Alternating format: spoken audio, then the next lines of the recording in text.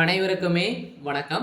சற்று முன் கிடைத்திருக்கக்கூடிய ஒரு மிக மிக முக்கியமான செய்தி ஒன்று வெளியாகி உள்ளது. சற்று முன் செந்தில் பாலாஜி கதை முடிந்தது, வழக்கில் திடீர் திருப்பம், நீதிபதி இறுதி தீர்ப்பு, இது மாதிரி பார்த்தீங்கன்னா செய்திகள் வெளியாயிருக்கு.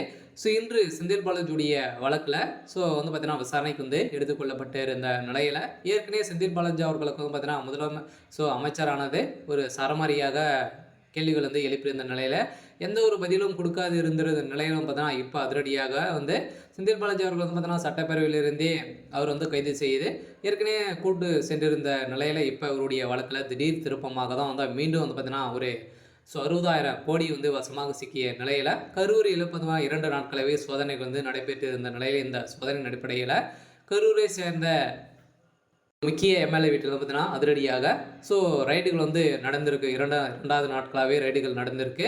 அந்த ரைட்டின் அடிப்படையில் செந்தில் பாலாஜியுடைய டாக்குமெண்ட் நிறைய சிக்கியிருக்கு.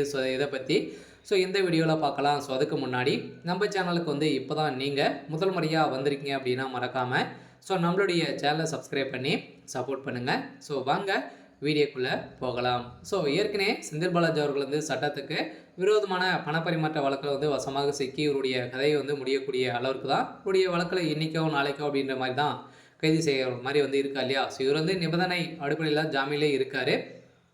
இதன் அடிப்படையில் மீண்டும் செந்தில் பாலாஜியுடைய கதை முடியக்கூடிய அளவிற்கு மீண்டும் கரூரில் பார்த்தீங்கன்னா அதிரடியாக ஒரு மிகப்பெரிய ரைடாக தான் பார்த்தீங்கன்னா இப்போ நடந்திருக்கு. இந்த ரைடின் அடிப்படையில் செந்தில் பாலாஜியுடைய வழக்கில் புதிய திருப்பமாக மீண்டும் பார்த்தீங்கன்னா இவர் மீது வழக்கு பதிவு செய்திருக்கக்கூடிய நிலையில் செந்தில் பாலாஜியுடைய மீண்டும் சிறைக்கு செல்ல போகிறார் அப்படின்ற மாதிரி தான் இப்போ வெளியேறக்கூடிய செய்தியில் இப்போ அண்ணாமலை அவர்களும் செந்தில் பாலாஜிக்கு வைத்த செக்கால் தான் ஏற்கனவே அதானியுடைய விஷயத்தில் இப்போ மின்சாரத்துறை அமைச்சரத்தில் பார்த்தீங்கன்னா நிறைய மிகப்பெரிய 40,000 கோடிக்கு மேலே ஊழல் நடந்திருக்கு அப்படின்ற மாதிரி திமுக கூட்டணி வைத்திருக்கக்கூடிய சண்முகமணி ராமதாஸ் அவருடைய பாமகவே பார்த்தீங்கன்னா எதிர்ப்புகள் தெரிவித்துட்டு வந்துருந்த நிலையில் இதில் திமுக ஒரு மிகப்பெரிய மாபெரும் ஊழல்களை செஞ்சுருக்காங்க அப்படின்ற மாதிரி தான் இப்போ வெளியேறக்கூடிய செய்தியால் இப்போ செந்தில் பாலாஜி அவர்கள் கைது செய்ய போகிறாரு. அவனுடைய வழக்கில் மீண்டும் அவர் புழல் சிறைக்கு அடைக்கிறதுக்கான அனைத்து விதமான வாய்ப்புகளும் தான் இருக்குது. அதனால் நீதிமன்றத்தில் நீதிபதிகள் அனைவருமே பார்த்தீங்கன்னா இன்று ஆஜர்படுத்தியிருந்த நிலையில் இதற்கு மொத்தமாகவே பார்த்தீங்கன்னா 150க்கும் மேற்பட்ட சாட்சிகள் முன்னிலையில் இன்று ஒரு செந்தில் பாலாஜியுடைய வழக்கில்